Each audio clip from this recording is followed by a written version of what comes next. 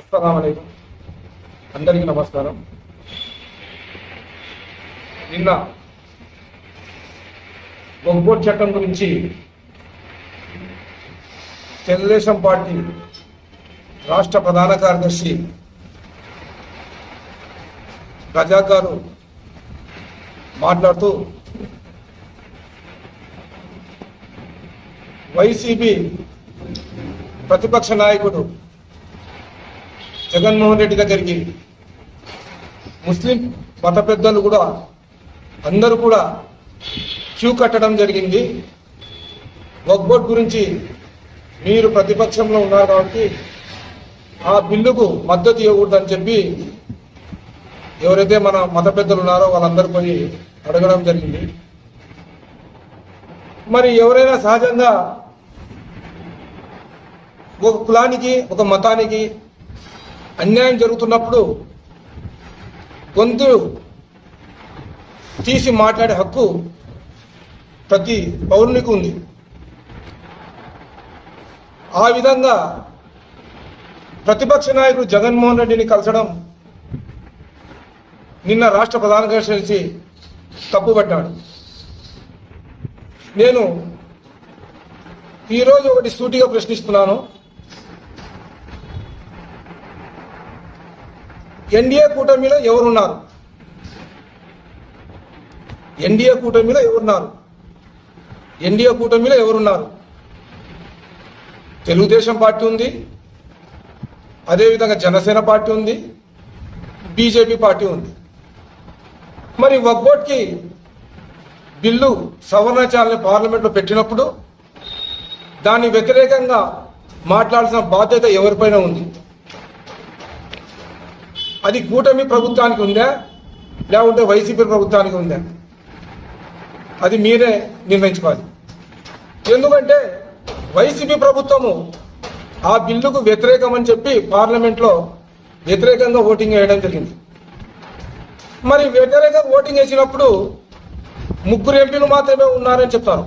3 ఉన్నా కానీ 20 మంది ఉన్నా కానీ 24 మంది ఉన్నా కానీ ఆ అవసరాన్ని బట్టి ఖచ్చితంగా ఏదైతే మనకు ముస్లింలకు అన్యాయం జరుగుతుందో ఆ టైంలో ఖచ్చితంగా ఆ బిల్లుకు వ్యతిరేకిస్తాడు మా నాయకుడు జగన్మోహన్ రెడ్డి. మరి మీ నాయకుడు పార్లమెంట్లో ఎందుకు ఆ బిల్లును వ్యతిరేకించలేదు?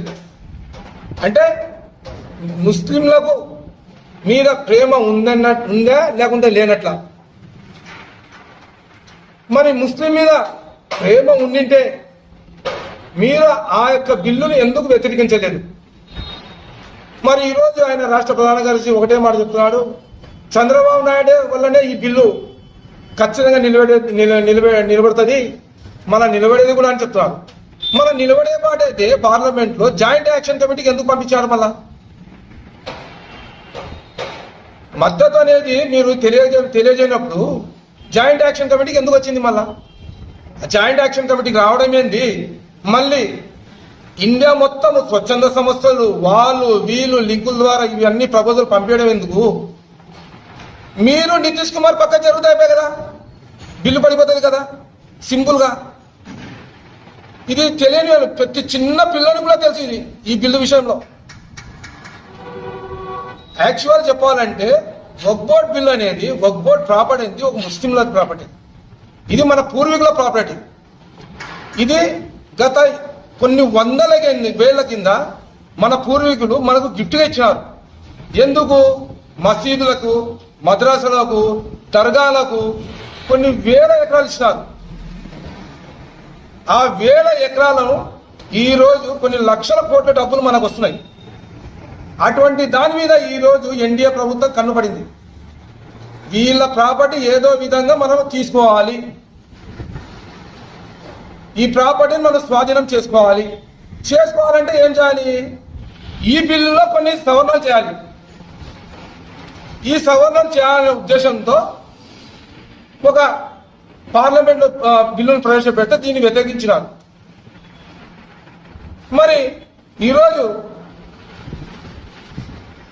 మన చంద్రబాబు నాయుడు ఎక్కడ కూడా ఈ బిల్లు గురించి మాట్లాడిన ప్రసక్తే లేదు.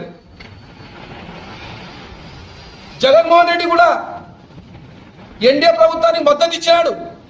మేము కాదని చెప్పడం లేదు. ఏ విధంగా మద్దతు ఇచ్చారో గత 5 సంవత్సరాల కింద మీరు చూసుకోండి. అంశాల వారీగా మద్దతు ఇచ్చాడు.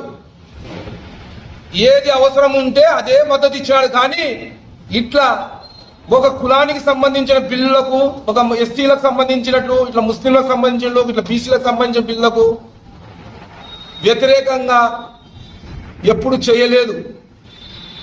ఈరోజు క్లియర్ కట్గా ముస్లింల యొక్క మనోభావాలు దెబ్బతీయడానికి ఈరోజు చంద్రబాబు నాయుడు కుట్ర పన్నుతున్నాడు.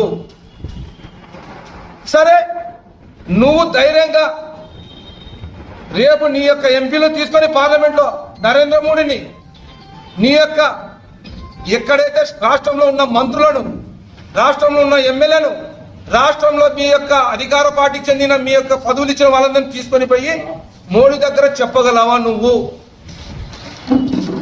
ఈ బిల్లు మాకు వ్యతిరేకము, ఈ యొక్క స్టేట్ లో ఈ యొక్క బిల్లు వల్ల ముస్లిం ప్రజలు దాదాపు మనోభావాలు దెబ్బతింటున్నాయి, వీళ్ళ ఓటింగ్ పరంగా మాకు దెబ్బతింటని నువ్వు చెప్పగలవా? ఆ విధంగా నువ్వు చెప్పగలవా?